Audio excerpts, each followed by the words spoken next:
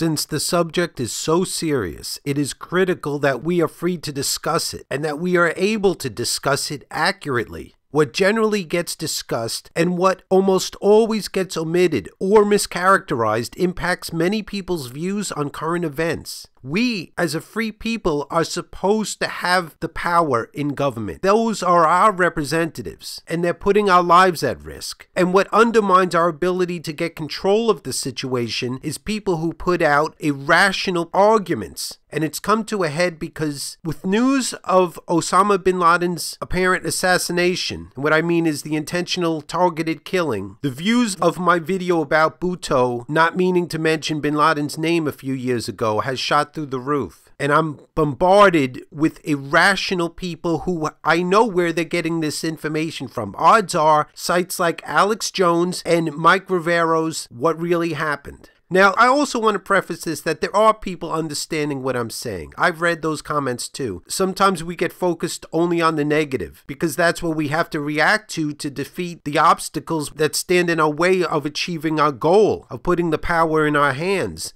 And it undermines that mission to have people saying, I'm unsubscribing. And I know where they're getting worked up from.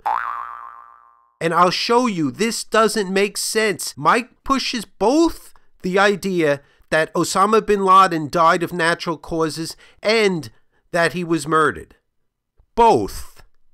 Now, I appeal to logic. I know some of you already got this, but it's important that we're all on board, as many as possible. If you're rational, I think you can see that there's a problem with someone that pushes both ideas.